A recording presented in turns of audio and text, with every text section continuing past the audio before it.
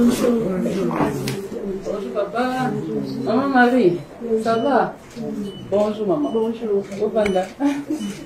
Bonjour. Bonne. Bien maman. En tout cas. Maman Marie, bonne santé. Santé.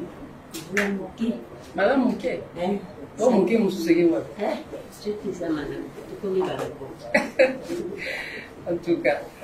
Na sepeli te na mbibino na bondele général na puis même na maman Marie na solana ko critiquer politique ya mokonzi ya mboka c'est normal mais ma fille na ndelo kwa mabe oui mikolo tozali na dossier moko tozolandela ya mama Marie Info oyo afingaka bato salobamaka lokuta babengi diffamation alors depuis vendredi tozwaki ye tozosambisa ye mpona biso.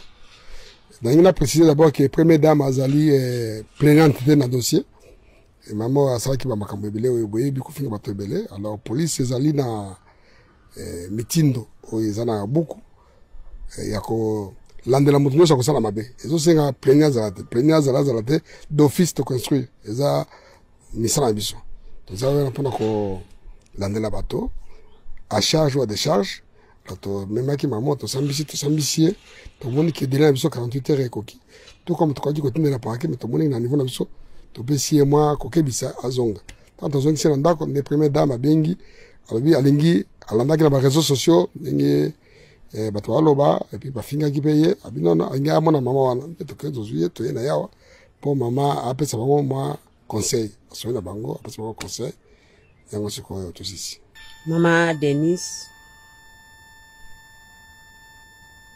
apekisi ngai na nyonso oyo nga nasalaki amoni yango mabe kasi lokola aza mama première dame aza mama asambelaka